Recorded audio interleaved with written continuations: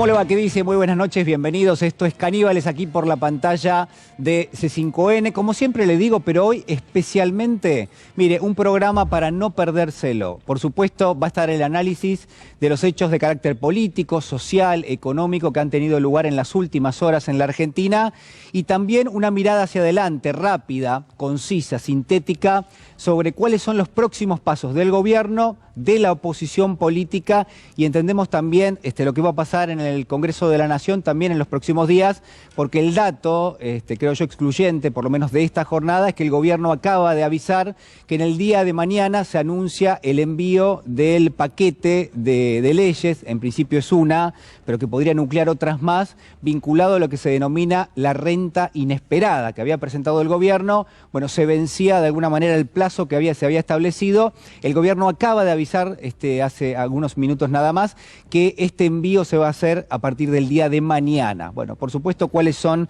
las distintas consecuencias que puede llegar a tener esto, cómo se empareja con respecto a otros proyectos que ya están en tratamiento, el caso del fondo para pagar con recursos de la fuga de capitales aquello que se le adeuda al Fondo Monetario Internacional. Pero rápidamente, muy rápidamente y conciso, un elemento que yo espero que atraviese todos los temas que vamos a hablar con las y los caníbales, plantel completo en el día de la fecha, y que referencia a eso que usted ve allí en pantalla, ¿no? ¿Qué pasa con la desigualdad?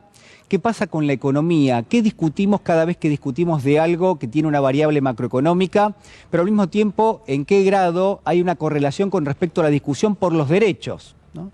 Y fíjese que hay algo sumamente interesante que ha tenido lugar en las últimas horas. Yo podría listarle una cantidad de hechos que tienen un carácter político enorme, desde las declaraciones del presidente de la Nación, recuerda la última semana, en dos oportunidades, prácticamente tratando de unificar criterios y de plantearle a la oposición política la verdadera grieta, que sin ninguna duda asume el frente de todos, pero al mismo tiempo, bueno, los 100 años de YPF, el discurso de Cristina Fernández de Kirchner, que para mí es relevante en materia de análisis y que vamos a tener esta noche, y además toda la secuencia, toda la saga que vino después y que terminó con el alejamiento de Matías Culfas de la cartera de desarrollo productivo. En ese contexto, en esta crisis global, en este escenario donde el precio de los alimentos sigue trepando y donde los salarios no alcanzan, no llegan a fin de mes, le pregunto, ¿qué discutimos? ¿Qué es lo que estamos discutiendo sistemáticamente? Y usted me podrá decir, mire, los derechos quizás, el acceso a tener un derecho, ¿a qué? Mire, a alimentarme, a poder transitar libremente por la Argentina, a la seguridad, a la educación pública, a la salud pública. ¿Y cuántos derechos más hay? Muchísimos derechos. Por eso sorprende mucho la definición que dio uno de los miembros de la Corte Suprema de Justicia, estoy hablando de Carlos Rosenkrantz, la última semana en la Universidad de Chile. Tomo este dato porque va a atravesar todos los temas que vamos a discutir de aquí en adelante. A ver, señor director, si lo podemos ver. Mi sensibilidad al costo se sintetiza de modo patente, por ejemplo, en una afirmación muy insistente en mi país, que yo veo como un síntoma innegable de fe populista, según la cual detrás de cada necesidad siempre debe haber un derecho. Obviamente, un mundo en el que las necesidades son todas satisfechas es deseado por todos. Pero ese mundo no existe. Si existiera, no tendría ningún sentido la discusión política y moral.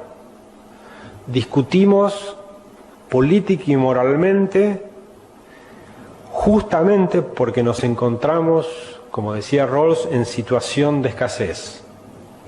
No puede haber un derecho detrás de cada necesidad, sencillamente porque no hay suficientes recursos para satisfacer todas las necesidades.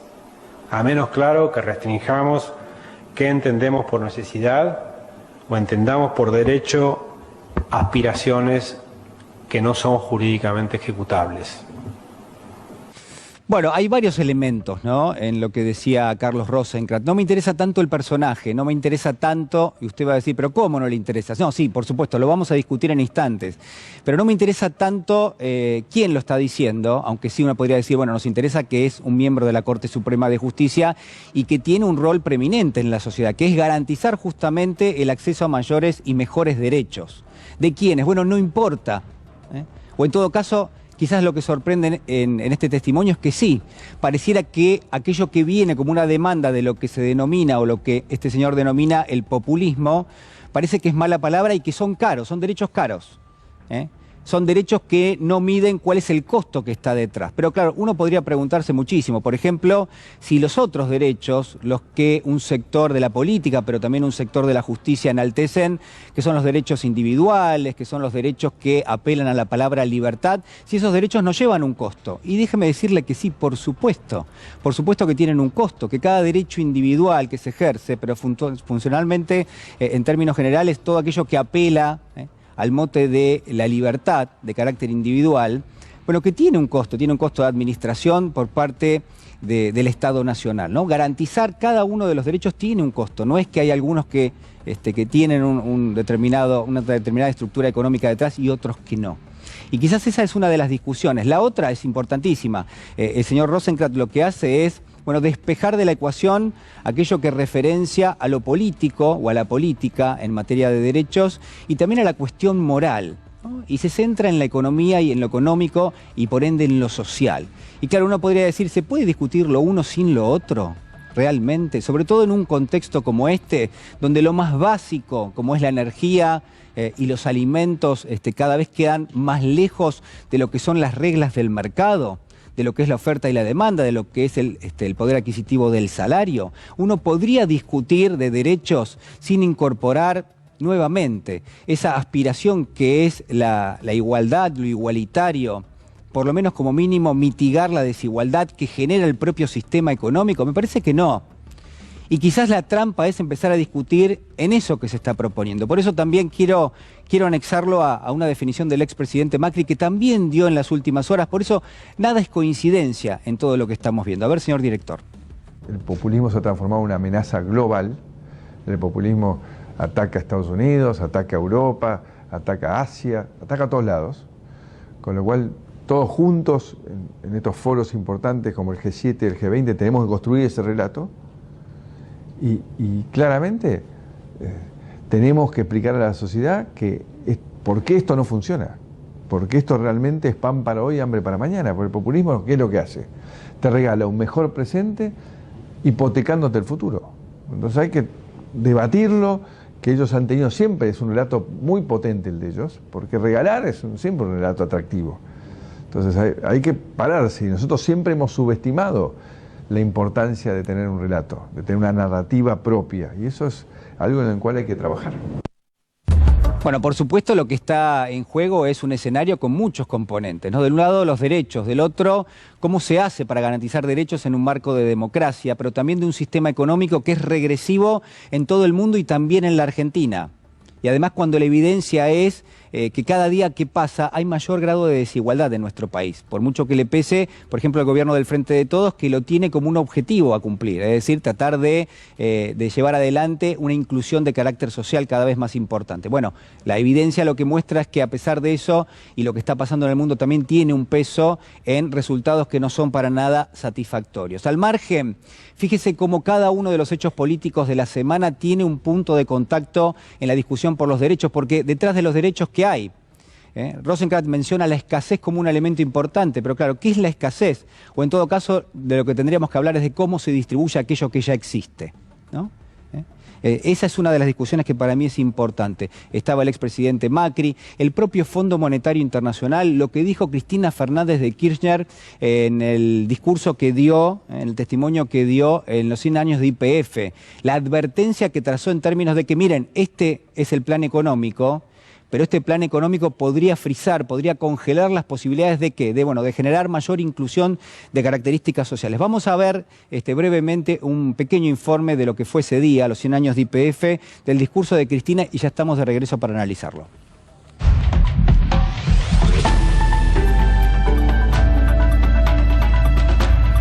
Hacía un diálogo muy impresionante, Néstor, donde hacía una clara diferenciación de lo que fue el proceso de privatización de desnacionalización, que son dos cosas diferentes. Que el YPF esté en manos del Estado no es garantía de nada, porque no todo es lo mismo. en política no todo es lo mismo. Que pueda haber una YPF del Estado en manos de los que llaman estrafalarios a los que no quieren endeudarse. Puede existir que esa YPF queda en manos de los que piensan que es estrafalario que uno no quiera endeudarse. Yo estaré muy confundido, pero yo aprendí que eso es responsabilidad. Gobernar sin endeudarse es un acto de responsabilidad. Como le pasó a Irigoyen, ustedes saben que Irigoyen mandó un proyecto de ley para crear YPF al Parlamento y controlaba la Cámara de Diputados nada más, pero las provincias eran conservadoras y los conservadores 3 años estuvo con el proyecto de ley esperando que se lo aprobaran. No, ¿qué hizo? Decreto. La historia se construye también frente a las adversidades. Debemos definitivamente centrarnos en que gobernar es también administrar esas tensiones y hacerlo en favor de las grandes mayorías. Porque yo digo, el que quiera gobernar la Argentina sin tensiones ni conflictos, yo le recomiendo que se postule para la presidencia de Suiza. Pero acá en Argentina... En toda sociedad hay intereses que entran en tensión y la política significa resolver qué intereses se quieren defender. Hay quienes quieren defender los intereses populares, hay quienes quieren defender los intereses de unos pocos. A partir del año 2002-2003 hasta el 2011 triplicaron los dividendos.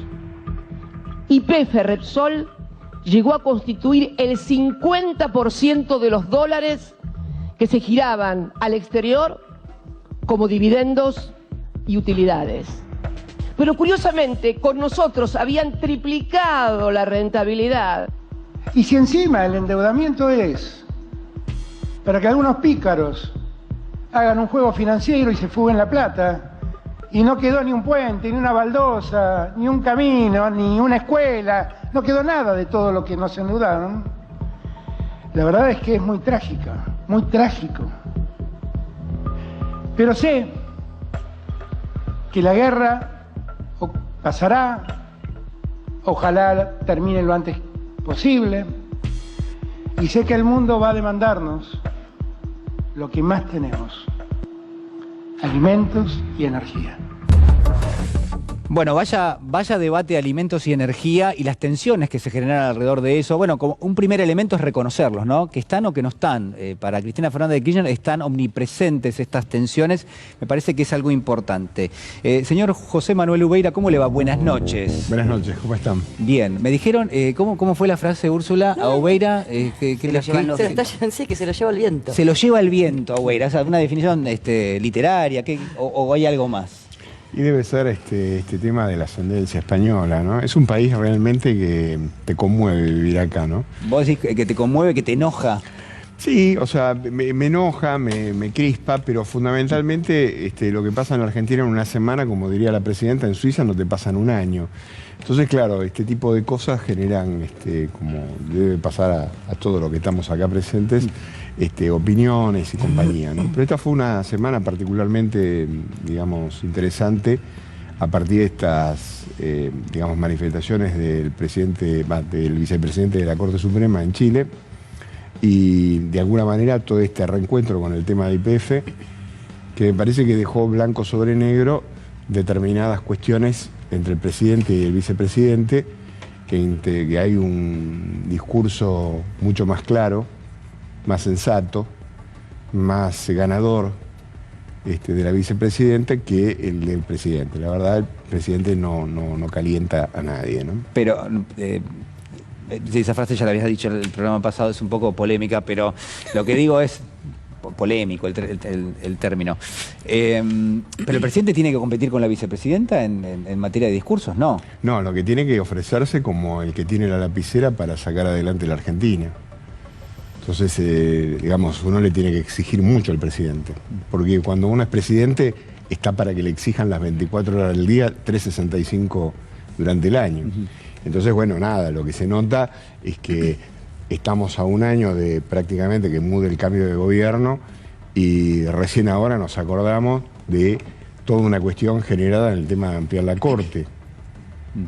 Y yo no me acuerdo de qué es lo que pasó y si desapareció esa famosa convocatoria que hizo a los notables juristas y resulta que eso quedó en agua de borrajas. Y la verdad que la justicia está igual o peor a lo mejor que lo que estaba antes, porque ellos también están mirando la veleta y están anotándose para otro tipo de cosas. Entonces, digamos, lo que viene por delante es muy grave, porque si esto realmente no se endereza en los términos que se tiene que enderezar, la Argentina tiene varios flancos abiertos para tener un desmadre importante. Y lo que yo remarco es que, digamos, en Cristina Fernández claramente hay una definición y en el presidente hay fulbito. Natalia Salvo, buenas noches, ¿cómo le va? Buenas noches. Doctora. Muy bien, ahí Ubeira me criticó la lapicera justamente porque no funcionaba. Y bueno, la sí, está bien. Cualquiera podría criticarlo, yo también, ¿eh? Digo, si no funciona, ¿para qué sirve una lapicera? Bien. Bueno, pero hablando de lapiceras, de Mauricio Macri y su odio visceral hacia lo que denominan populismo, y también lo que dijo el vicepresidente de la Corte Suprema cuando habló en Chile de la fe populista. A mí me parece que hay una conexión. Primero, que el vicepresidente de la Corte habla como político y militante y no se expresa con una grave crisis institucional que eso genera como un juez de la Corte. Y después, que de alguna forma transparenta en este discurso de que hay derechos que no se pueden cumplir. Y los derechos que no se pueden cumplir justamente por una supuesta escasez son los derechos económicos, sociales y culturales de las grandes mayorías. O sea, es una coincidencia, justo son esos. Y lo que más me preocupa es que la fe populista la lleva al plano superempírico, no algo que no, que no tiene realización, conjuntamente con Mauricio Macri, que siempre denosta lo populista. Y la verdad que, no sé, por lo menos leería un poquito a Laclau y se daría cuenta que el populismo no es nada más ni nada menos que una lógica de construcción política para las mayorías. Bueno, la cuestión sería distinta. Me parece que desde los distintos sectores, tanto el judicial como el político o como sus tribunales económicos, se intenta vaciar a lo político y a las demandas de las mayorías y su legitimidad. Y como decía recién Ubeira, no se vienen buenos tiempos en ese aspecto si seguimos abrevando en ese tipo de discursos. Úrsula Vargas, buenas noches. ¿Cómo estás, Julián? Sí, también tomo el guante de lo que dijo el vicepresidente de la Corte Suprema, que me quedé pensando yo, ¿no? Si, por ejemplo, no pagar ganancias, que es un derecho o una necesidad. No pagarlas. Y por ejemplo, ¿no? Que y quienes son miembros de la Corte, es el derecho a él de no pagar, o una necesidad que tienen. Pero sí, les faltó decir también, ¿no? Además los pobres son muchísimos y los ricos somos poquitos, así que defendemos las minorías, ¿no? Ahí está la cuestión económica, entonces. Digo, me parece que... No, pero me parece un hecho gravísimo. Sabíamos todos a quién representa esta Corte.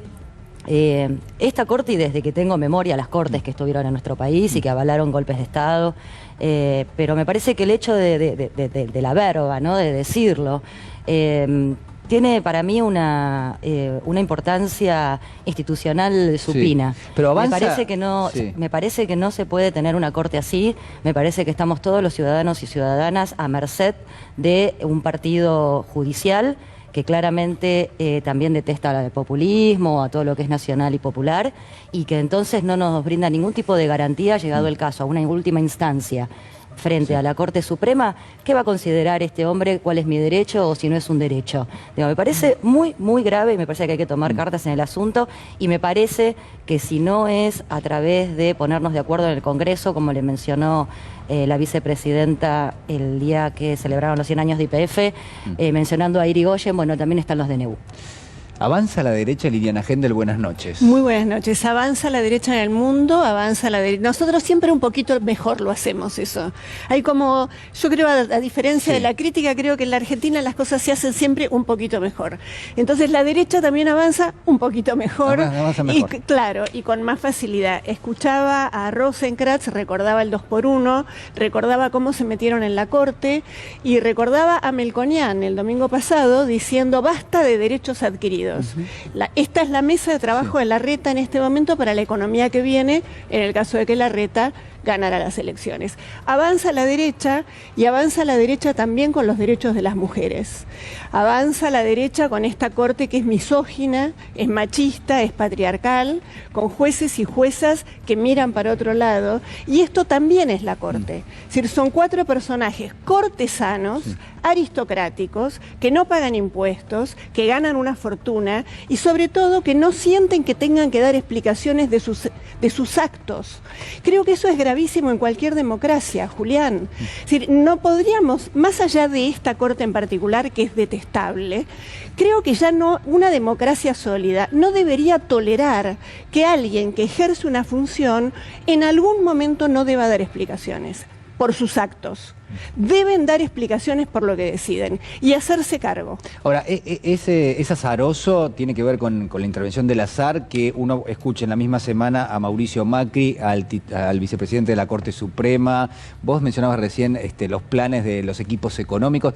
Todo pareciera indicar que hay una discusión en marcha, pero que esa discusión tiene que ver con los derechos y que los derechos son caros y que los sectores populistas son los que más están acostumbrados a pedir. Entonces, digamos, dejémoslos a un costado porque son los que más piden finalmente. No, pero ¿por qué piden? Pero ¿será porque tendrán menos derechos que el resto? No, piden porque el peronismo les enseñó que tienen derechos, por eso nos odian. Estamos en un mundo además cada vez más desigual, en donde la necesidad de que un Estado intervenga a través de sus 3 poderes para compensar esas desigualdades preexistentes cada vez se hace más necesario. Entonces, tiene que formarse una narrativa para que las subjetividades primero no tengan, supongan o sostengan que no tienen derecho a esos derechos porque son muy caros y se instala esta famosa lógica sacrificial. Bueno, tenemos que dar un poco más. Yo escuchaba a Macri que decía que el populismo te da un buen presente y te hipoteca el futuro. Bueno, ellos exigen sacrificio en el presente y también hipoteca en el futuro. Bueno, es un tema muy importante que vos mencionás, porque siempre Juntos por el Cambio y toda la derecha siempre habla como de la tierra prometida, ¿no? Hay que pasarla horriblemente, pero va a venir el cielo y la vas a estar bien. Nunca te habla de una solución de la actualidad para vos, para tu familia, para tus amigos, sino de que, bueno, sangre, sudor y lágrimas, como estuvieron diciendo también la semana pasada, para un futuro mejor. Y quiero dar un ejemplo muy claro de lo que hace esta Corte. El único que cumplió fue Moisés. Sí, y no está chequeado. Y no sabemos. Y no está chequeado, pero se lo podemos mirar chequeado. Pero no, un ejemplo muy grande, me parece que está bueno mencionarlo, es cuando el presidente de la Nación sí les brindó un derecho, nos brindó un derecho a todos con el tema de un servicio esencial de las telecomunicaciones. Bien. Bueno, hay quien se metió, la Corte Suprema, a decir que no. A favor, obviamente, de las grandes corporaciones como el Grupo Clarín. Señor Pedro Peretti, ¿cómo le va? Buenas noches. ¿Cómo va? Bueno, hay que inscribir en este debate general la denuncia contra Feletti. Acaba de ser denunciado por 2 conspicuos miembros de Cambiemos en un hecho que tiene que retrotraernos a muchos años atrás. Cada vez que se intenta destruir al Estado, se va por la Secretaría de Comercio Interior y se criminaliza a los secretarios de Comercio Interior. Pasó con Mazorín. Y una política genuina de 1987, que es intervenir en el mercado de avícola, importando pollos, sufrió una cantidad increíble de fake news. Un personaje nefasto de aquella época que era Albamonte, un excomisario de la Policía Federal, después de venido en diputado, alquiló un elefante y puso el nombre de todas las empresas públicas ahí. Y después se paseaba con un pollo gigante de Telgopor enfrente del Congreso de la Nación. ¿Qué significaba eso? Significaba que había que atacar al Estado y destruir al Estado para producir la mayor transferencia de política económica que se produjo. ¿Qué está pasando hoy? A Feletti está pasando lo mismo, lo están atacando por los fideicomisos. Nosotros estuvimos el jueves con el flamante secretario de Comercio de la Nación, tuvo el grupo de producción y trabajo, estuvimos ahí con Hugo Yasky, estaba Baradel, estaba Walter Correa, y tuvimos una larga charla respetuosa entre compañeros, muy dura. Se le reclamó al secretario de Comercio que use la lapicera, y bueno, y nos garantizó que la política de fideicomiso iba a seguir y que iba a ser una política realmente dura con los grupos económicos, que esperemos que se cumpla, Todos le reclamaron ahí que se termine la dulzura y que abramos otra puerta. ¿Otra puerta con qué?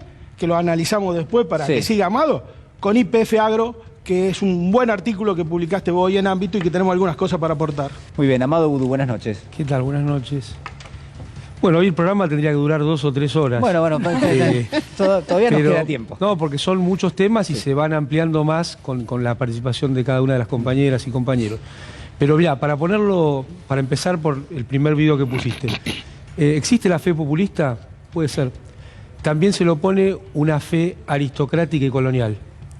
Eso es lo que estaba en el discurso del vicepresidente de la Corte Suprema de Justicia, que dicho por otro lado, quiso poner una pátina intelectual citando a Rawls. Pobre Rawls, si se enterara de la cita que eligió, más banal, más vulgar. Vivimos en un estado de escasez. La podría haber encontrado, digamos, en el Villiquen. Sí. Pero bueno, había que citar a alguien importante y eligió a Rawls. Pero esto, ¿por qué es importante? Primero, marcar que detrás de cada necesidad hay un derecho.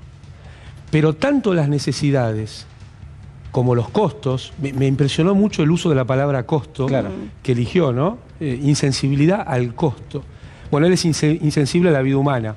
O sea, vos podés ser sensible al costo, insensible a la vida humana, o viceversa con la fe populista. Entonces, esto se une mucho con la vida de las argentinas y los argentinos. Muchas veces dicen de qué temas se están hablando, no tienen que ver con la agenda de la sociedad.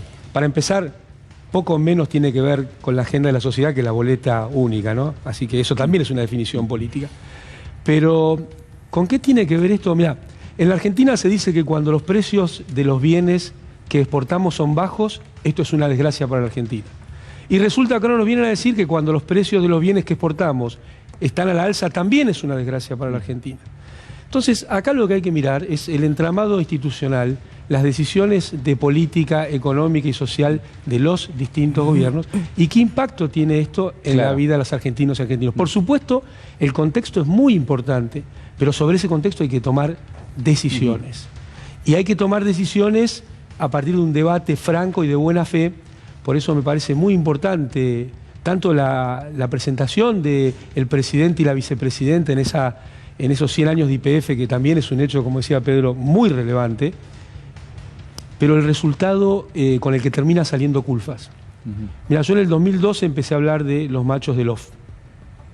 Le hace mucho daño a la política en general y al campo nacional y popular este asunto de ser más vivo, hablando con los medios por detrás y siempre criticando a un compañero o compañera de gabinete o peor aún, alguien que está un escalón más arriba. Es muy importante cómo lo resolvió el presidente Alberto Fernández, es muy importante la valentía de la vicepresidenta Cristina Fernández de Kirchner, porque una cosa es vos fíjate que se pretendía que no hubiera debate constructivo y propositivo discutiendo en programas como este, y resulta que al mismo tiempo se estaba socavando al propio frente con un debate sordo, escondido, que ni siquiera era un debate, sino que era realmente una conducta muy triste y muy incorrecta. Uno puede pensar, esto es una pregunta para todos, que detrás de cada uno de los eventos de carácter político, y ahora vamos a YPF Agro, que me interesa particularmente, se esconde esta especie de discusión permanente con respecto a la puja distributiva. Digo, cada uno de los hechos de carácter político, la discusión,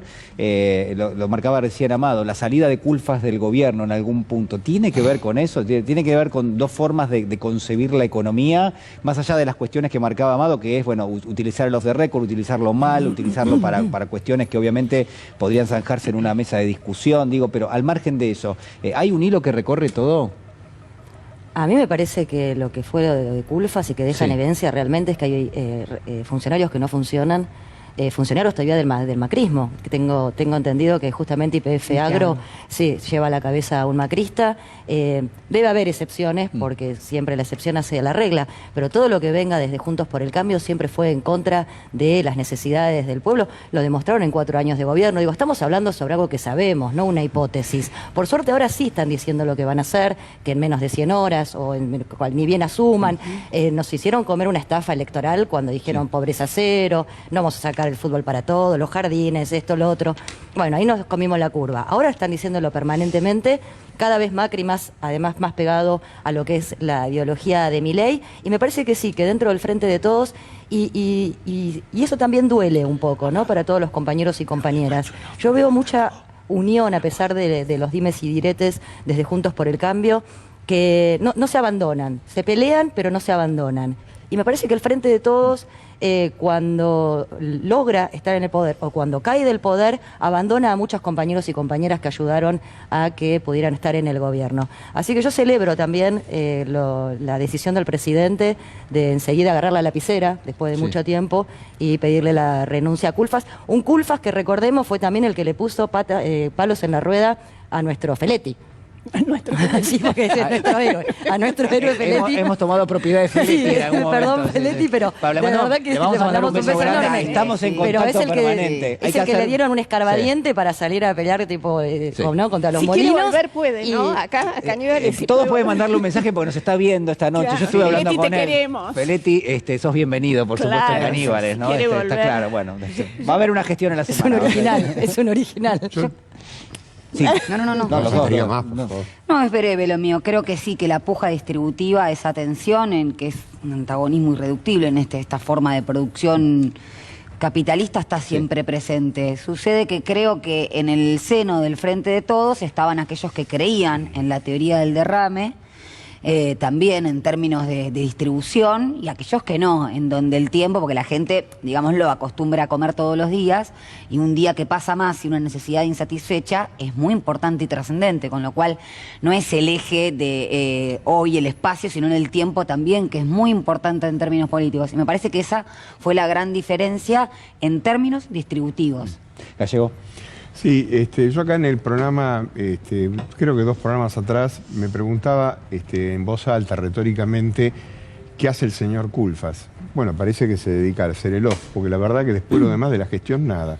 Y Zapatitos Blancos, o sea, Vélez, tampoco realmente sé qué es lo que hace. O sea, yo la verdad que... No, pero a ver, José, si uno mira el programa del Ministerio de Desarrollo Productivo, uno veía que Culfas trabajaba en distintas cuestiones, la energía, la producción de alimentos, digamos, la verdad que la agenda fue importante la que llevó adelante. Ahora, uno podrá discutir, bueno, eso, ¿hacia dónde estaba direccionado? ¿A fortalecer el sector externo? ¿Quiénes participan del sector externo? ¿Quiénes ganan? Y en todo caso, si no ganan mucho, si está muy concentrado, ¿no habrá que distribuir una parte? Si tu programa económico es de una determinada manera. ¿No fue eso la crítica de Cristina Fernández de Kirchner durante los 100 años de IPF? Por eso, digo, ¿qué hace el señor Culfas para beneficiarnos a todos los argentinos? No, por eso. Beneficiar siempre beneficia en un sector. Pero creo que hay otro tema. A ver, Amado. El derrame. Es una versión de este lado de la teoría del derrame. Yo me acuerdo una vez Néstor Kirchner, charlando de estos temas, me dice, ¿viste la teoría del derrame cómo es? El vaso se empieza a llenar. Y cuando se está por llenar para derramar, vienen de arriba con la pajita y hacen... y no quedó nada en el vaso. Porque, además, hasta el nombre es horrible. Hasta el nombre es horrible, ¿no?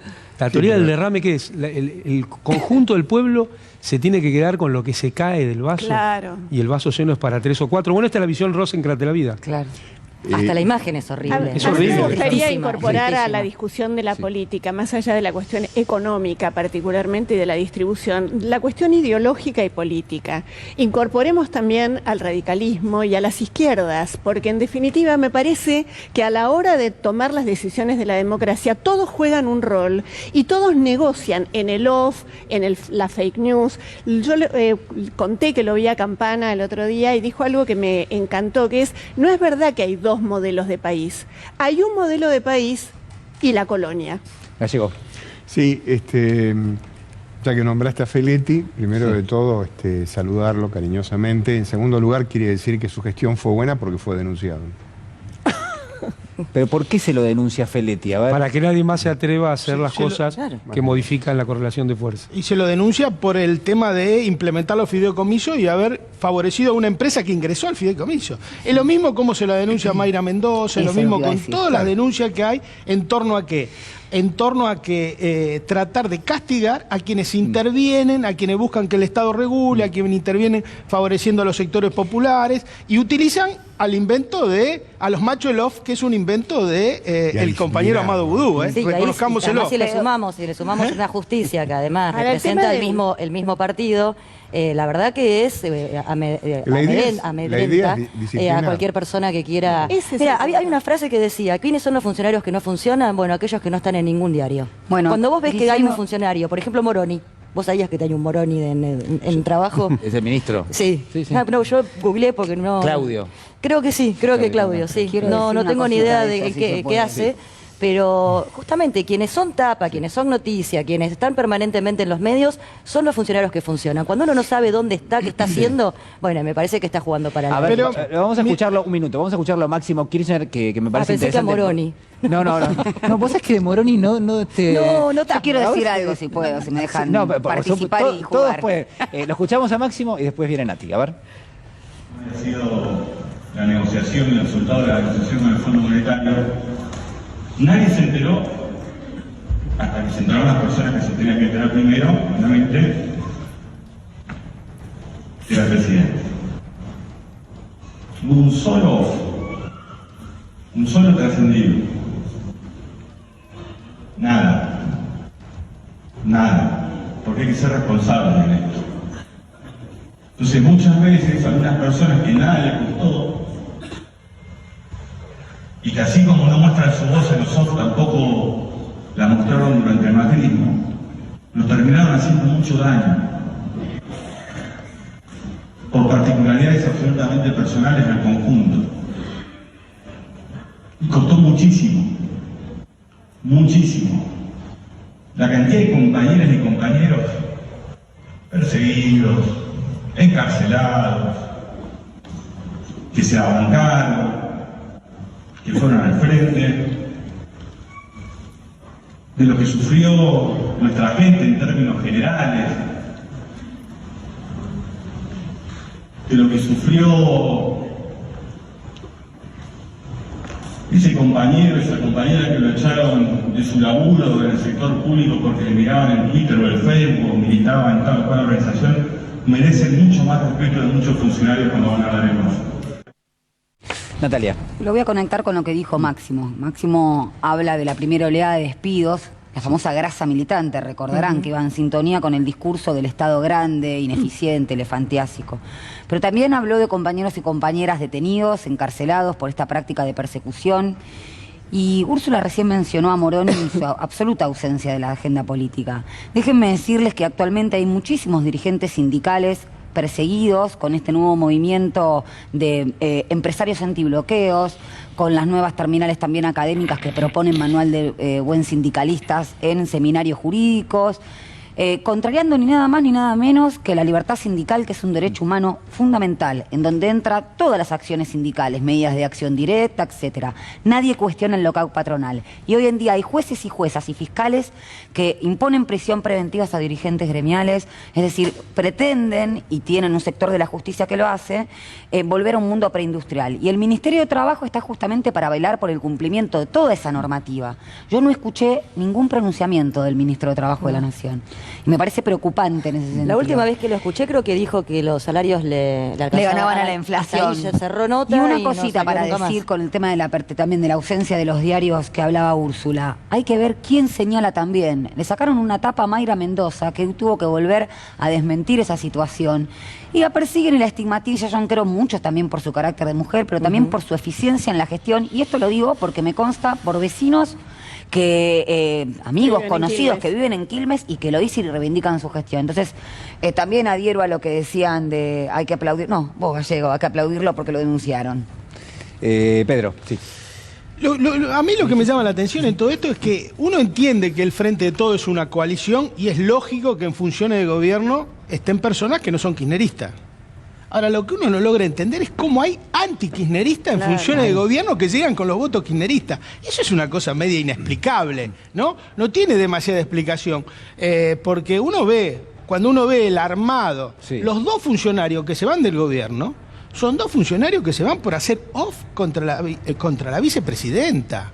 Digo, ha habido muy poco celo en eso, en preservar esa unidad y ese buen clima que tiene que existir en toda coalición de gobierno. Porque si tu vocero y tu ministro estrella son los tipos que están haciendo operaciones contra la vicepresidenta, que es la dueña del paquete político y la que te nomina, me parece que alguien no leyó bien de qué manera se armó esto y de qué manera se llegó a la presidencia.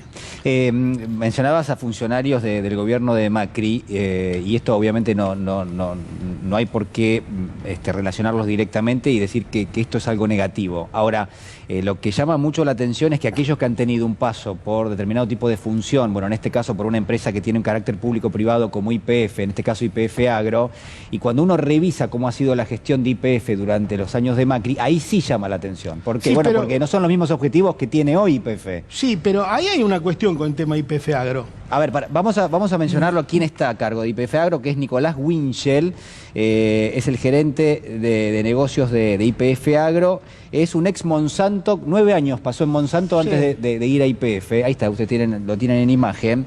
Y de alguna manera es parte del interrogante de, bueno, ¿cuál es la función de YPF Agro? Y si en todo caso YPF Agro ya no es la llave para muchas de las cosas que estamos hablando, ¿no? Si no puede cumplir un poco el rol de aquella Vicentín que en algún momento parecía que se iba a estatizar y después no. Mirá, cuando se hizo el proyecto, que hay que reivindicar a Anabel Fernández Agasti, que era un excelente proyecto, ¿por qué? Porque maridaba Vicentín con YPF Agro, lo maridaba en el proyecto. ¿Por qué lo maridaba?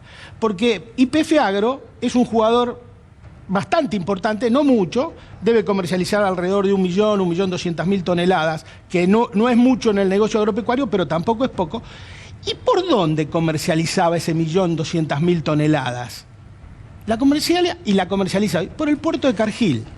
¿Y sabe dónde está instalado el puerto de Cargill? Que es una cosa de esas parábolas que tiene la historia, que es extraordinaria. Está instalado el puerto de Cargill donde se dio la batalla de Punta Quebracho. La batalla donde le derrotamos definitivamente a los ingleses y los franceses 7 meses después de la Vuelta de Obligado. En Vuelta de Obligado perdimos, en Punta Quebracho ganamos. Ahí donde se hizo la batalla, en ese sitio histórico, está enclavado el puerto de Cargill, que fue uno de los principales operadores en contra de la expropiación. Ahora bien, el tema de que YPF Agro no juegue otro papel, es una responsabilidad política. Porque en su momento, cuando se cayó de Vicentín, yo participé de alguna manera, se lo comisionó a Gabriel Delgado, que ahora está trabajando en el ICA en Brasil, para que armara la intervención de YPF Agro en el mercado de exportación y de alimentos de la República Argentina. Bueno, eso se cayó por una decisión política, porque lo de Winchell es igual lo que pasó con el RUCA, con Marcelo Rossi, que tuvimos durante 2 años, el tipo que controlaba el registro único de la cadena agroalimentaria, un tipo de Macri y de Echeverre. Digo, pero no son los responsables. Acá hay una responsabilidad política central que yo creo que es la que tiene que determinar. Mirá, vamos para allá, necesitamos una empresa que intervenga y eso no ha estado. Amado. Es clave esto que está señalando Pedro y que venían señalando, porque es el rol del Estado y son las herramientas del Estado. Mirá, yo pondría como ejemplo lo de ANSES. ANSES fue un organismo creado para desaparecer. En tiempos de Menem, como se había puesto el sistema jubilatorio privado, se había privatizado el sistema jubilatorio en la República Argentina. ANSES fue donde fueron a parar todas las cajas jubilatorias y asignaciones familiares, pensando que muy prontito eso no iba a existir más porque todos los jubilados iban a ser privados. ¿Está bien? ¿Quién era el gerente de ese ANSES residual? Horacio Rodríguez Larreta. Horacio Rodríguez Larreta. Entonces, era un ANSES para exterminar. Cuando viene el gobierno de Néstor Kirchner, ANSES pasa a ser una herramienta formidable de distribución del ingreso, logrando no solo que 3,5 millones de personas se sumen al sistema jubilatorio en la Argentina, sino el federalismo que tiene eso, porque los jubilados no están en Córdoba 720, los jubilados están en cada rincón de nuestra patria. Entonces, distribución del ingreso, federalismo de verdad, instrumentos del Estado que funcionan para llevar adelante políticas públicas. Imagínate si se hiciera un proceso similar con YPF Agro. YPF Agro puede ser una empresa que incorpore tecnología, que incorpore prácticas de comercialización a favor de que queden los recursos en la Argentina. YPF Agro puede ser un instrumento para modelizar sistemas de crédito y en definitiva puede ser un instrumento para mejorar los horribles niveles de concentración que tiene este mercado. Entonces, ahí está la decisión estratégica. Las macropolíticas son importantísimas. A mí me gustaría que haya retenciones más fuertes, me gustaría que estén segmentadas, me gustaría quizás que se incorporara un impuesto directo a la tierra, porque después está el problema entre los productores y los dueños de la tierra. Entonces, toda la carga no puede ir sobre los productores. Parte de esa carga tiene que ir sobre aquellos que alquilan su tierra. Pero estas son las cuestiones macro. Cuando un país se convierte en nación, necesita instrumentos de gestión, y muchas veces son micro. Y en este caso, yo creo que tener una herramienta de la potencialidad de YPF Agro, comandada por alguien que seguramente piensa lo contrario, seguramente piense más parecido a Rosenkrantz o a Macri, es muy complejo para los resultados que se pueden obtener. Claro, por eso me parecía que el elemento Rosenkrantz está gravitando en todo, ¿no? Por eso quería también al principio ligarlo a todo, ¿no? Y no es una cuestión de personas, es una cuestión de intereses y de ideología. Porque no hay cuestiones técnicas en estado del vacío. Pero mirá vos cuando se hace una política distinta. Junto con los 100 años de YPF se cumplieron los 10 años de ITEC YPF, que es una confluencia de la producción con la ciencia y la técnica, que se hizo, fíjate qué casualidad, en la época de Cristina. Y fíjate quién la hizo, Roberto Salvarezza, que Cristina le rindió un merecido homenaje el otro día ante todo el mundo. Y hay que rescatar, mucho hay que rescatar, el discurso del presidente de YPF, de Pablo González, porque fue un discurso formativo e informativo. Ojalá tuviéramos muchos funcionarios públicos de esa talla. Lili. Quiero volver al disciplinamiento, sobre todo por esto que estaban comentando todos, Pedro, Amado. No podría haber disciplinamiento sin un sistema judicial que o mire para otro lado o opere y actúe avalando el disciplinamiento. Y esto se ve en todas las áreas. Se ve en el ejercicio de la política partidaria, en aquellos que se animan a oponerse, pero también se ve en los sindicatos. Lo decía Natalia, es decir, en aquellos sindicatos donde alguien puede decir otra cosa, rápidamente surge la amenaza. Se ve en la amenaza a las defensoras de los derechos humanos. Se ve en el disciplinamiento contra psicólogas, abogadas, abogados que trabajan en el tema de los derechos. Hoy allanaron la casa de una periodista, en unos días va a ser el Día del Periodista. ¿Cuál fue el grave pecado de la periodista Manuela Calvo? Acompañar la denuncia que hicimos aquí el domingo pasado sobre la niña abusada, que el gobernador Quintela parece ser que no se entera que en La Rioja está sucediendo esto. Esto es disciplinamiento. Vos me preguntabas en el inicio, ¿avanza la derecha? Sí, avanza la derecha con el disciplinamiento que se da de la mano con el sistema judicial. Si el sistema judicial funciona como funciona en todas las áreas, no solo con los cortesanos, no hay democracia posible. Dejemos de fingir que vivimos en una democracia, porque donde no hay un sistema judicial adecuado, la democracia está fallida. Es una ficción, aunque votemos cada 4 años o cada 6. Lo que dice Lili también es importante, porque hay impunidad. Se sella la impunidad en la persecución judicial, que yo digo es la última faceta, porque se procura, ¿no?, esta impunidad, valga la redundancia, en aquellos que perpetraron esa persecución. Mauricio Macri fue si los jueces visitadores de Olivos, de la Casa Rosada, fueron sobreseídos, a contrario de lo que había dado en evidencia el medio El Destape, con los más de 7.000 archivos existentes digitales. Bueno, el juez Martínez de Giorgi lo que dice es que no hay posibilidad de comprobar esa situación. La fiscal, de todas formas, Mangano, obviamente apela a esta situación, pero digo, todos vimos, han reconocido ellos mismos las visitas que estuvieron por fuera de lo que fue la famosa discusión del Código Procesal Federal Penal. Hay reglas que los jueces deben cumplir, que deben ser y parecer. Bueno, aún así, con toda esa obviedad, esa obscenidad, estos jueces resultaron sobreseídos. Sí, más el sobreseimiento de los hermanos, de los hermanos de Macri, que también, sumémosle, ¿no? Ambos fueron sobreseídos, perdón. No, por favor, Lili. Va a arrancar la semana, presten atención, con un raid mediático, porque bastante daño le hizo también Culfas con este off al Frente de Todos. Claro.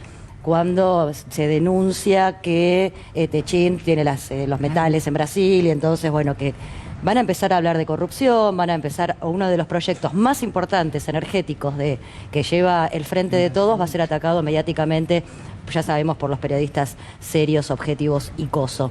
Creo que hay que plantearnos como sociedad un tema que me parece que es muy importante. Porque, porque son muy objetivos. Son pero vos estás hablando del periodismo independiente. Súper independiente. Como Carolina Lozada, por ejemplo, Martín Tetaz, ¿vos te referís a eso? No, yo me refiero a los periodistas que ya conocemos. Pero... Tengo un regalo para vos. No, pero espera, que quiero decir una cosa y después me regalás. Después se lo No, tengo un majul para regalarte. Lo busqué en la semana para traértelo. Qué ternura. Sos re lindo. No, me voy a poner colorado. No. Bueno, pero no, me parece que como sociedad, a mí me parece que hay algo que sí sucede. Me parece que hay por un lado hay un clarísimo antiperonismo, y por el otro, yo no creo que exista alguien fanático de votar a Macri. La verdad que no me lo puedo imaginar. Puede haber pero uno, sí, dos. Úrsula, ¿cómo que no? Me parece no. 40% de la sociedad. Pero Macri no es Macri por Macri. Macri representa, y gracias también a la UCR que le dio todo el territorio, un tipo de ideología. Y a mí me parece que sí, me parece que como sociedad tiene que quedarnos claro, y por ejemplo cuando aparecen los Milei, que refuerzan además esta ideología liberal, pero vieja, vetusta, que nos tenemos que plantear, si vamos a querer, y entendiendo esto, y le hablo también mucho a la izquierda, que lamentablemente a veces me vota hoy con Milei y con Espert, que me parece que nos tenemos que plantear que sí hay dos caminos. Uno es el camino del vicepresidente de la Corte, sin derechos, sin ampliación de posibilidades para los argentinos y argentinas, representando una minoría muy chiquitita de multimega millonarios, no vos que tenés un chalet y un auto, que se autopercibe rico y que no estamos hablando de esa gente. Si no, esto también lo trabaja muy bien la derecha. Yo tengo campo, no entro, ¿no? Vos tampoco entrás, aunque tenés campo, tampoco entrás, Peretti. Estamos hablando de muy poquitas familias con los mismos nombres que manejan siempre el que poder. entraron en el pago del impuesto. 14.000 son. 14.000 personas. Por eso, que entraron estamos hablando de muy poca gente. Pero vos fíjate, Úrsula, esto que estás señalando, ¿no? Para Rosenkrantz, ¿dónde entra el costo de la tasa de interés de las LELIQ? ¿Dónde entra ese costo? Para Rosenkrantz, ¿dónde entra el costo del sistema Pero eso es una financiero? necesidad. Pero Amado, ¿es Rosenkrantz el que tiene que garantizarle? No, yo digo porque tomó pero digo, ¿cuál es la políticas. función? Pero no hay una función de un ejecutivo, no hay un legislativo. Que que lo que estamos esperando es pero están discutiendo modelos de país, porque él no habló como juez, Exacto. habló como político. Hizo definiciones políticas. Es muy importante señalar esto, ¿no?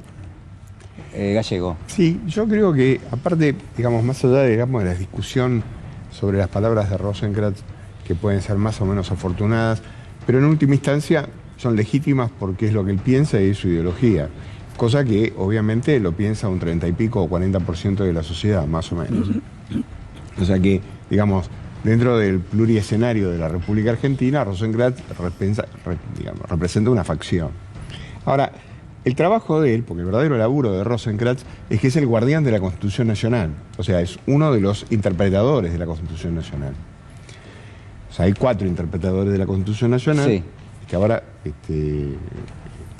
hay una mayoría armada por 3, pero bueno, son 4 en total. Y uno de los párrafos importantes de la Constitución Nacional, que seguramente no entra en lo de Rosenkrantz, que es el preámbulo de la Constitución Nacional excita en la Constitución Nacional a promover el bienestar general. Los artículos 14 bis de la Constitución y compañía no es ni más ni menos que una representación de lo que es la extensión de derechos.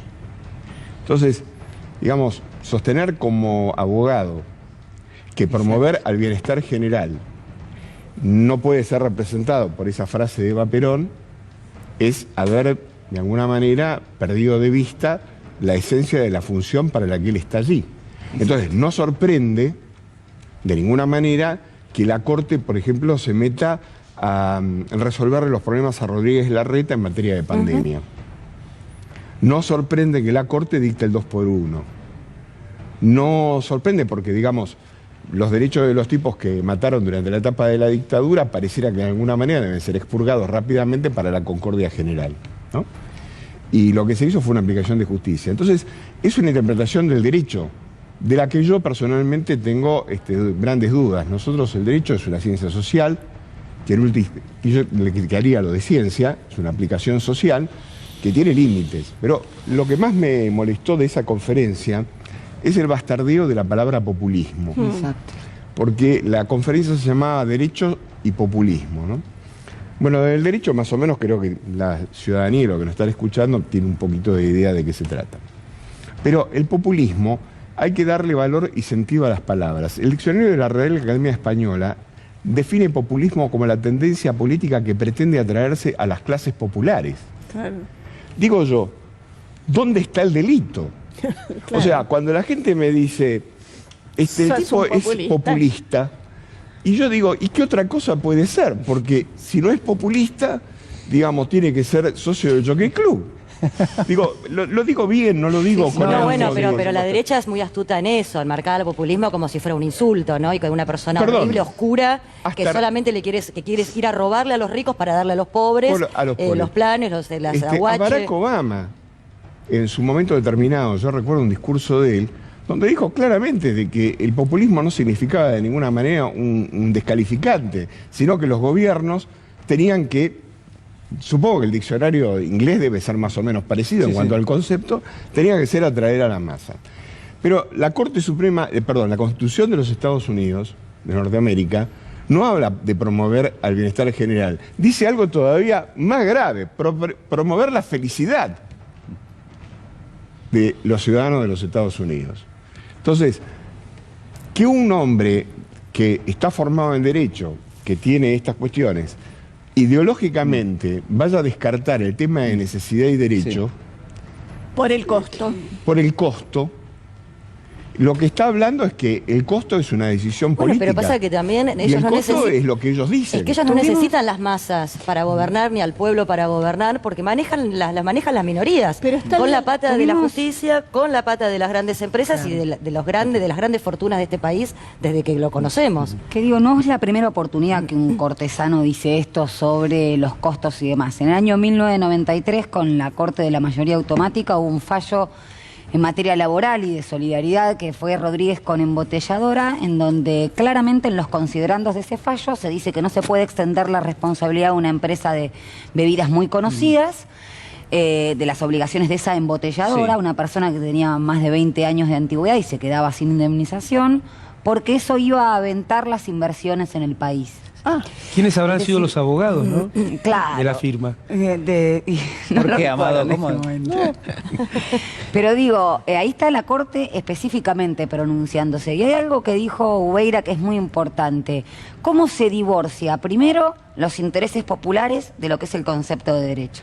Porque esto no puede suceder que no se defienda de manera férrea los derechos populares, vos teniendo un interés objetivo al respecto. Y eso tiene que ver también con la cosmovisión del derecho como un discurso no de poder, como algo objetivo.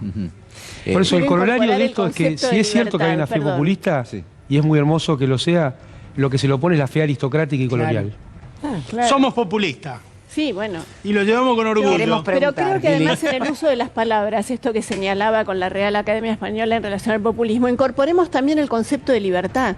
Porque esta semana lo tuvimos a Milei hablando acerca de que una es libre de vender sus órganos, por ejemplo. Entonces, ¿de qué libertad estamos? De la libertad de ser pobre, de la libertad de vender mis órganos, porque como soy pobre, la única posibilidad que tengo es vender... o vender mi útero o alquilarlo, dándole hijos, ahora lo llaman subrogado, y en realidad no es más que la explotación de los cuerpos de mujeres pobres para que las mujeres que no pueden tener hijos lo hagan. Mirá, Aquí en Ucrania no tiene importancia. O vender el hígado o el riñón, porque como no tengo para comer, a Milei eso le parece fantástico. Ahora, perdón, el aborto no le parece fantástico. Eso parece que ya no es mi cuerpo. Lili, a ver, para que lo vean todos, porque no sé si todos quienes nos están mirando en este momento están al tanto de lo que estamos discutiendo. Javier Milei y una definición en el marco de lo que se supone que es la libertad de mercado, que yo agrego entre paréntesis, es la legitimación de la desigualdad, ¿no? Estamos de acuerdo con eso. A ver, señor director.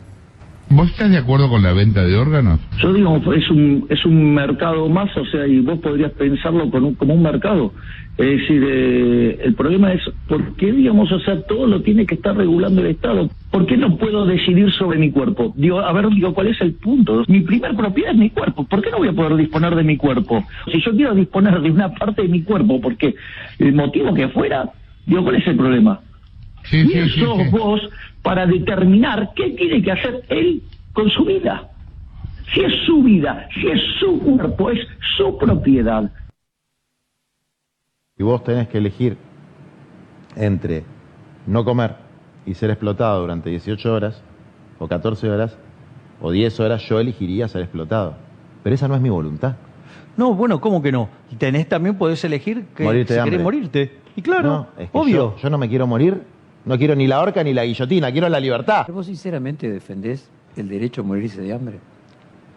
A Sinceramente. ver, cada uno puede hacer de su vida lo que Por se le eso, dé la pero gana. vos sinceramente decís, en esa situación, una persona... A ver, si vos tenés la posibilidad de trabajar. No solamente lo Digo, hace trabajar Marx lo 18 eligió, horas. ¿no? Y lo eligió para sus hijos. Se prefirió no trabajar y que sus hijos se murieran. Bueno, son los grandes éxitos, Sí, ¿no? Que vienen uno tras del otro. esta semana metió tres. El derecho a vender los órganos, Sí, a morirse de hambre. y la venta de armas Fíjense en un detalle, supermercado, la venta de armas. un detalle que no es menor. A medida que pasan las semanas, nosotros lo dijimos ya hace 2 o 3 semanas, cada vez es más grave en términos morales, ya directamente, la discusión que se propone. Y además es bastante burda, porque él identifica el concepto de libertad y la agota ahí con la libertad de mercado. No hay otra libertad posible. Y eso es el capitalismo en su fase de creación de subjetividad al extremo. Quiero agregar ¿No? algo No muy como importante de economía. los dichos de Milei. ¿Por qué no es que él hablaba del derecho de morirse de hambre? Porque sí, porque me senté en la vereda y dije no como más. Sino que viene relacionado a no ser explotado. Es decir, lo que le estaba diciendo Milei es que vos podés ser libre de elegir estar trabajando en el campo, juntando limones por 18 horas a 1.000 pesos, parece una barbaridad. Bueno, con eso vos comerías, te comprás un pan y algo. Bueno, y la libertad que tenés de decir, bueno, no, yo he explotado, no, entonces me muero de hambre. Digo, no es que solamente el derecho de morirse de hambre, sino viene relacionado muy fuertemente con el capitalismo y con la esclavitud, lo que está planteando Milei. Pero son falacias todas. Mirá, primero hay una falacia operativa. Él dice, ¿por qué el Estado te va a regular algo? ¿Y el derecho de propiedad quién lo regula? Claro. ¿Quién regula el derecho de propiedad si no es el Estado? Entonces ahí hay una falacia operativa severa, porque para eso hay policía, hay sistema judicial, hay un montón de leyes que regulan el derecho de propiedad. ¿Estaría de acuerdo en que no esté regulado? Y además tiene un costo, Amado, ¿o no? Por supuesto. Claro, porque parecía que el costo es nada más de los otros derechos. ¿Estaría de acuerdo en que no esté regulado el derecho de propiedad, Milei? Porque eso sería... Entonces ahí yo sí le creería. Habría que Primer preguntarle tema. si Segundo le- tema, la cuestión conceptual. ¿Es posible que haya libertad en un mundo de desiguales? No. Las relaciones de poder que ejercen unas y unos sobre otras y otros hacen que la libertad no sea posible en un mundo que no es de iguales. Claro. Entonces, Habría que ver si- la primer libertad es la libertad de un ser humano a no tener miedo del día siguiente no poder comer. Esa es la primera libertad. Muy bueno. Y eso solo puede existir en un mundo de iguales. Eso es así. Sí, habría que ver si el riñón él lo vende con IVA o sin IVA. Porque... Pero Milei no tiene éxito en que nosotros estemos discutiendo hoy semejante barbaridad, digamos, no es exitoso en eso. Está bueno que se no es discuta. exitoso, yo me parece que no. Hay que discutirlo, decís Sí, vos. porque es el Por límite. supuesto. Es Claro. el límite del sistema, de Claro. es realmente Estás en la la dictadura del frontera de la capital brutalidad. patriarcal y depredador del medio ambiente. Pero Amado, yo estoy seguro, te sentás en el auto hoy, ponés la radio a la noche y se está discutiendo como algo más de la agenda periodística, digamos. No hay un marco como le estamos poniendo nosotros. Pero es peor en que esto, pase digamos. por goteo y no te enteres. No, y además Sí, hay- yo no hay- sé si es...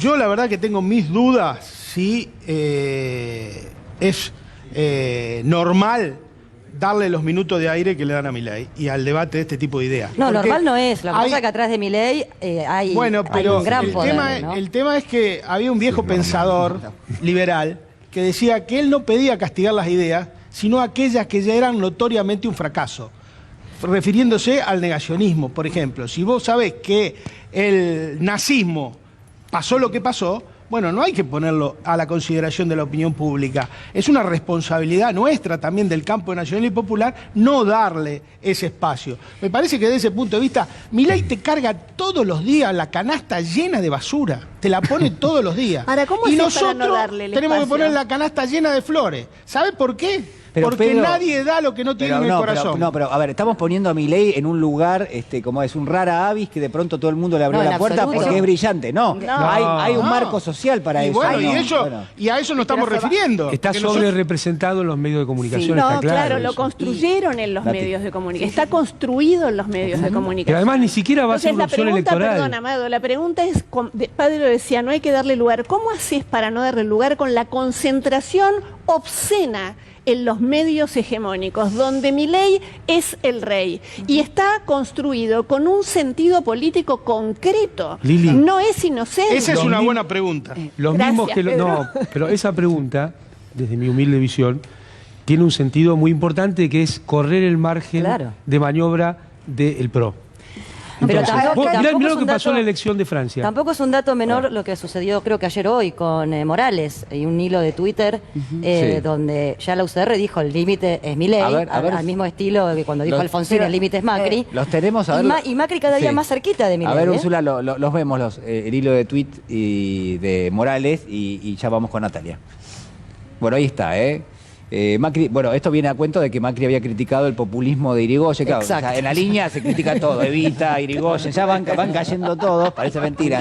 Está bueno porque por lo menos hablamos de historia, ¿no? Que aparte no les gusta, al PRO no le gusta la historia. No les gusta historiar, por lo menos ahí sacaron a Irigoyen de la caja. Bueno, y yo no llego a leer. Estimado Mauricio Macri, vivir de la grieta no es el camino, menos aún generar otra grieta en Juntos por el Cambio atacando a la UCR, como lo estás haciendo últimamente. No es momento de peleas entre políticos. Estamos frente a una situación muy difícil para el país y para los argentinos. Este es uno de 12, pero vamos a leer pocos, ¿no? No, vamos a leer un par nada más. Cuando dice no es momento de peleas entre políticos, no se refiere a políticos de otro partido. Como presidente de la Unión Cívica Radical, no puedo dejar pasar tu última descalificación sobre quién fue el primer presidente electo por el voto popular, dejando atrás décadas de fraude y corrupción. Tengo un Macri para regalarle a todos. A ver, señor director, lo escuchamos rápido. Porque esto se combina, estas autocracias, con el populismo.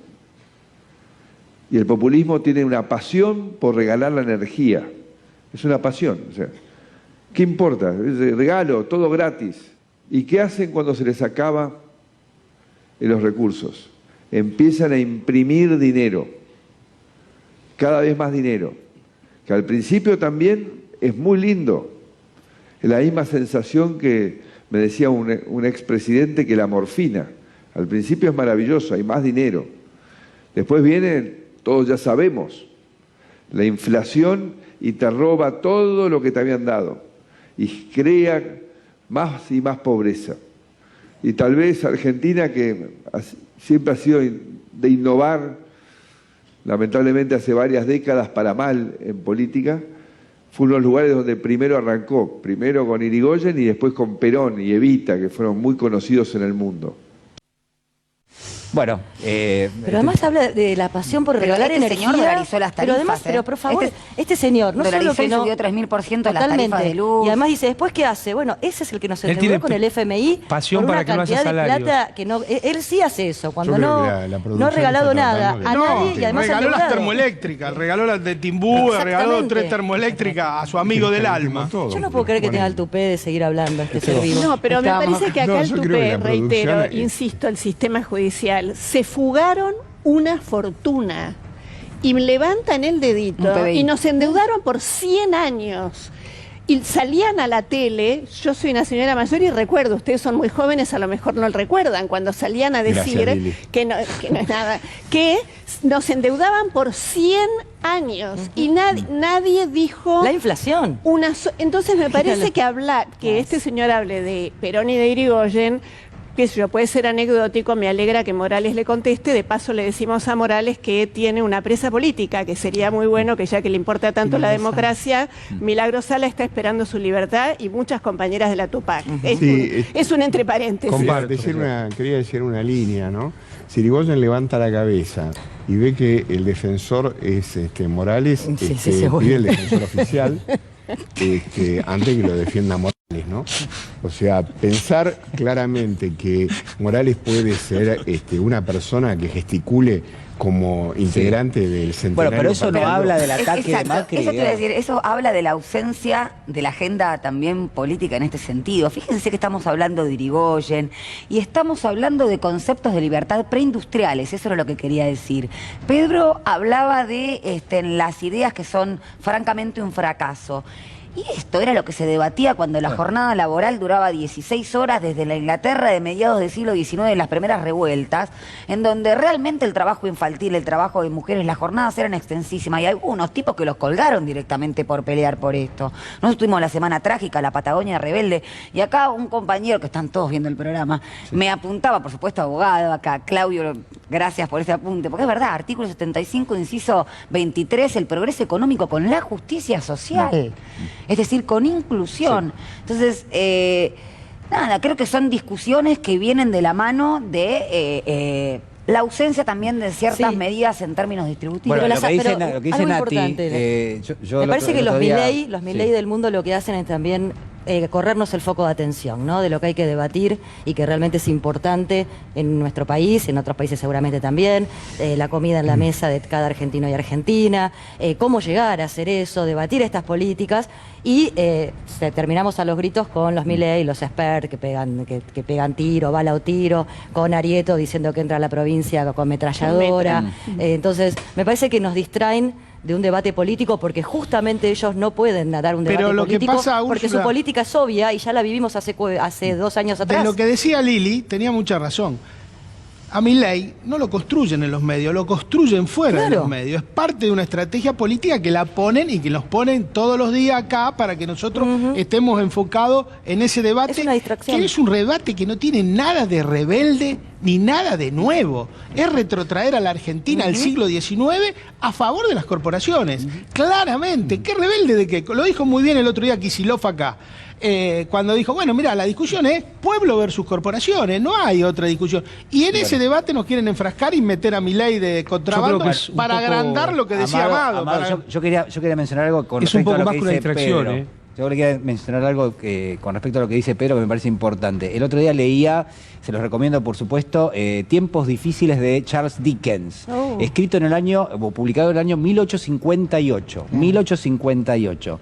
Y además de todo el tema del trabajo infantil, porque él recrea un poco y muestra cómo era esa sociedad, como dice Natalia, no era preindustrial, sino que ya estaba atravesando la segunda revolución industrial en Inglaterra, pero lo que muestra es, además de todo eso, de la falta de derechos, etcétera, muestra muy bien algo que mencionaba Pedro, que es esto, ¿no? Cómo la propia sociedad acompaña naturalizando determinado tipo de cuestiones que son realmente, digo, que hay que tomar, me parece a mí, dimensión real de cómo se va y cómo va en una especie de regresión permanente.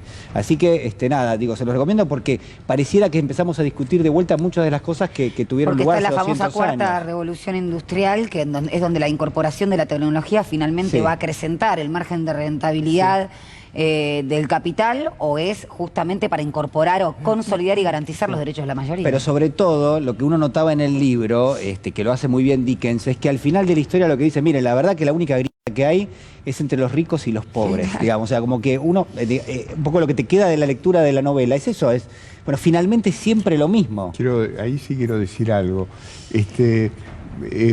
Marx dice que, citando a Aristóteles, dice que Aristóteles planteaba que la esclavitud iba a terminar el día que los telares funcionaran solos.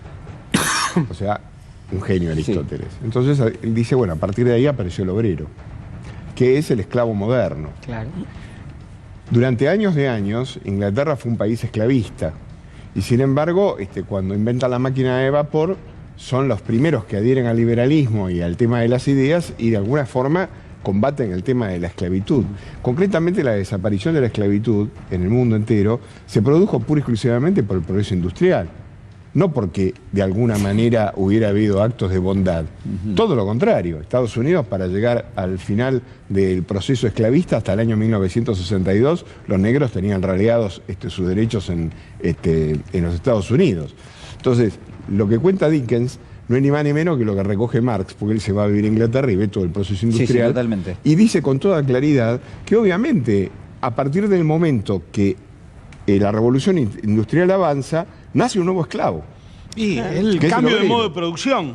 Nace un nuevo claro en el traspaso del Por eso el la trabajo transición del feudalismo al capitalismo. Y para romper esa lógica tuviste que ir al 1 de mayo de los Estados Unidos de Norteamérica. Claro. Y tuviste que masacrar cantidad de gente que murió desde el anarquismo y compañía en las luchas para poder llegar a tener la jornada de 8 horas de la que disfruta el señor Rosenkranz. No, pero yo lo que decía es, ¿por qué trajimos a Dickens? Porque hay una necesidad. No, pero además... Una jornada inferior. Pero bueno. me parece que además, porque Milei en los medios lo que hace es corre la verdadera discusión, que es, uno podría decir, entre la riqueza y la pobreza, entre un sistema que genera desigualdad, digamos. ¿Cuándo discutimos eso? ¿Por qué tenemos que discutir todo lo otro que nos presentan? Todas las semanas hay cosas nuevas para discutir, pero terminamos discutiendo una ridiculez o una cosa amoral total como es, tengo que vender una parte de mi riñón porque el sistema económico no me permite ganarme la vida y que un salario me permita llegar a fin de mes. Es una locura. Y eso nos tapa alguna cosa como la que ha pasado ahora, que tiene que ver con YPF Agro, que tiene que ver con todo lo que estamos discutiendo, que se reglamentó la ley de agricultura familiar, la 27118, después de 6 años. Hay 5.000 millones de pesos puestos para ejercer otra forma de hacer la agricultura que genera trabajo, que genera empleo, que genera inclusión social, todas esas cosas que Milei desecha y que la derecha desecha en forma tajante, porque ellos no hay otro debate agrícola que no sea sobre la base del volumen y la concentración económica. Bueno, todas esas cosas de Milei nos impiden poner el foco en esto. Ley de agricultura familiar, YPF Agro, son las cosas que nosotros tenemos que debatir para mejorar la calidad de vida de la gente. Igual ya que recomendaste un libro, yo voy a recomendar 2 películas en estos debates. Una es Coma, una película de los 70, y otra se llama Repo Man, que es una película más nueva, donde aparece este tema de la venta de órganos. Pero en definitiva, el trabajo dignifica cuando viene acompañado de derechos. Sí, señor. El trabajo esclavo no dignificaba. Entonces, esos son los debates hacia adelante. Y si me permitís, ese fragmento que vimos de Máximo Kirchner, me pareció muy impactante, muy lindo, se dio en el marco de un congreso, viste que estaba la figura de Horacio González, el queridísimo Horacio González, que se hizo en la Universidad de Quilmes para empezar a discutir todos estos temas, para empezar a discutir de fondo toda esta agenda, todos los temas que hacen a las necesidades de la Argentina desde la visión nacional y popular. Y hubo una intervención hermosa, Liliana Herrero, quien fue la compañera de Horacio González, pero también fue para mí muy importante porque los organizadores fueron María Pía López y Rinés y la Universidad de Quilmes, intelectuales de mucha monta, y estuvieron ahí Ricardo Foster también y Grimson. O sea que aquellos que parecía que se tendía a tratar de hacer que no se pudieran sentar a discutir, bueno, estuvimos discutiendo en la Universidad de Quilmes. Erili. No, pensaba en lo que significa la construcción de la subjetividad del capitalismo, que es un tema que Natalia maneja también, en relación a qué le pasa a un individuo que vive en esta sociedad y no trabaja. ¿Qué pasa con su subjetividad?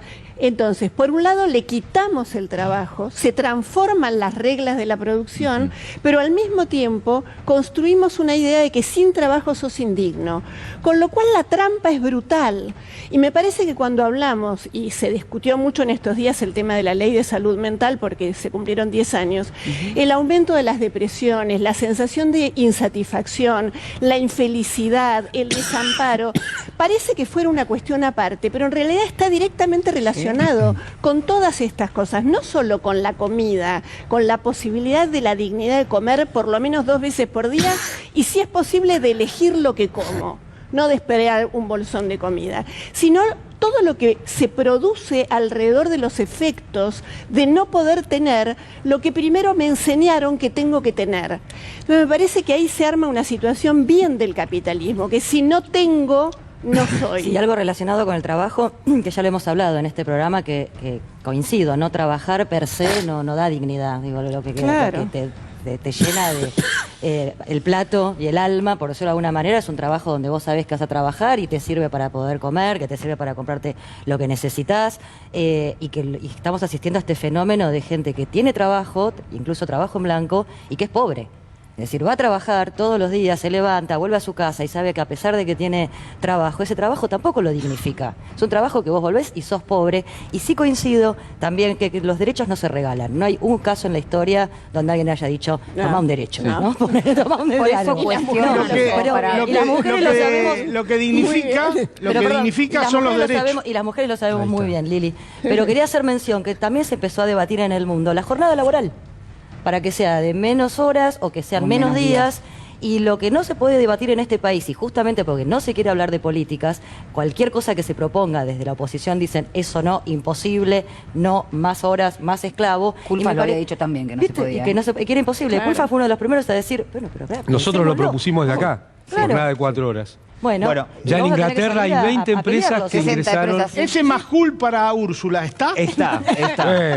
Vamos a ver. Porque quiero hacer un comentario después sobre eso. A ver, lo vamos a ver. Esto es para vos, Úrsula. Gracias. Te quiero mostrar un video que fue subido a una cuenta ignota en blanco y negro. Dice muy parecido a un video de otra campaña electoral que le permitió ganar a Dilma Rousseff en Brasil. Pero que de verdad es campaña sucia y mete miedo. Mirá. ¿Te imaginas cobrando la mitad? ¿Te imaginas si te despiden? ¿Te imaginas el ajuste? ¿Te imaginas sin techo? ¿Te imaginas el hambre? ¿Te imaginas de verdad volviendo para atrás? ¿Te imaginas si gana Macri? Que gane Scioli.